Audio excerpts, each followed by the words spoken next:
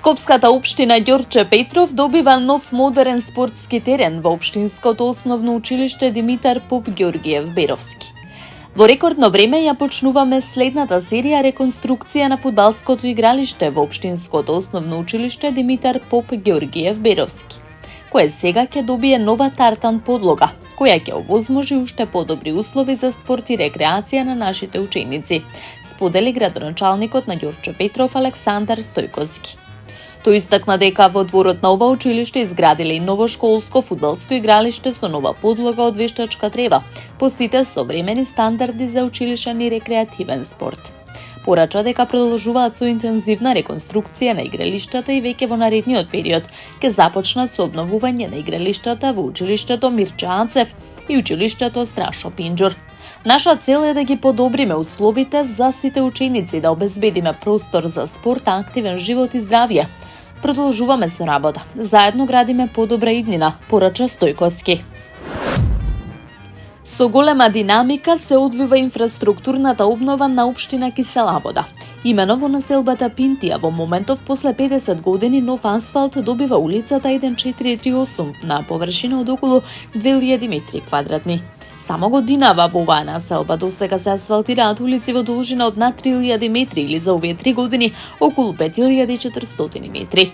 Со засилено темпо се одвива обновата на Кисела Вода.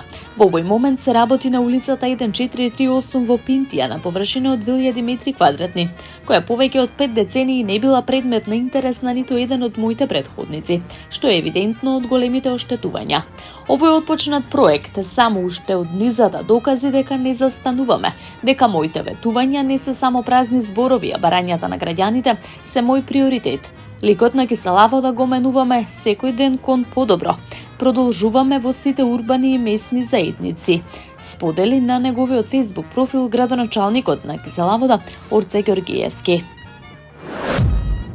Граѓаните се приклучија на акцијата за бесплатно дислоцирање на хаварисани возила во општина Центар.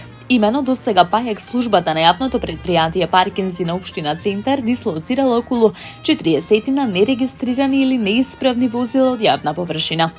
Ги повикуваме граѓаните да се јават на бесплатниот број 076 350 767 со цел Паркинзи на општина Центар бесплатно да го дислоцира нивното хаварисано возило, при тоа да им ги врати парите од проценката согласно откупната цена на старо железо, стои во соопштението на општина Центар.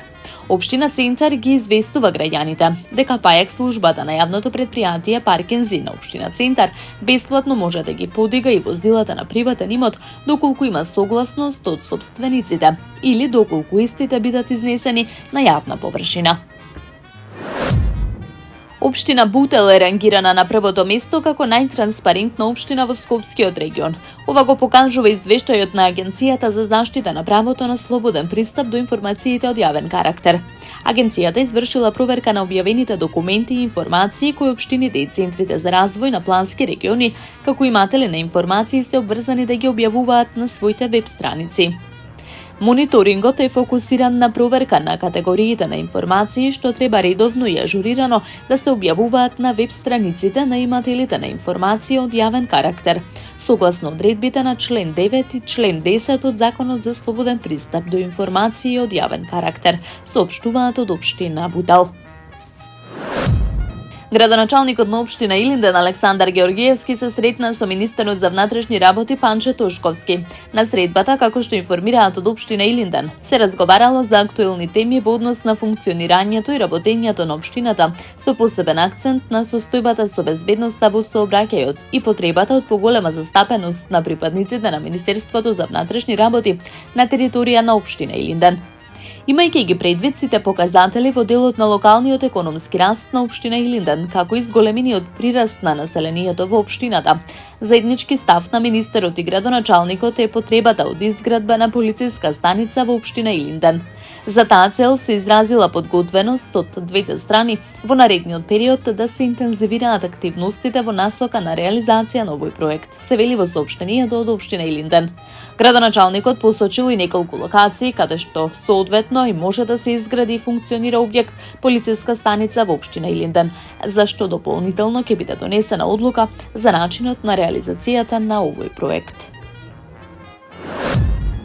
Општина Газибаба ја започна постапката за креирање на општинскиот буџет за 2025 година, која ќе се реализира во неколку фази.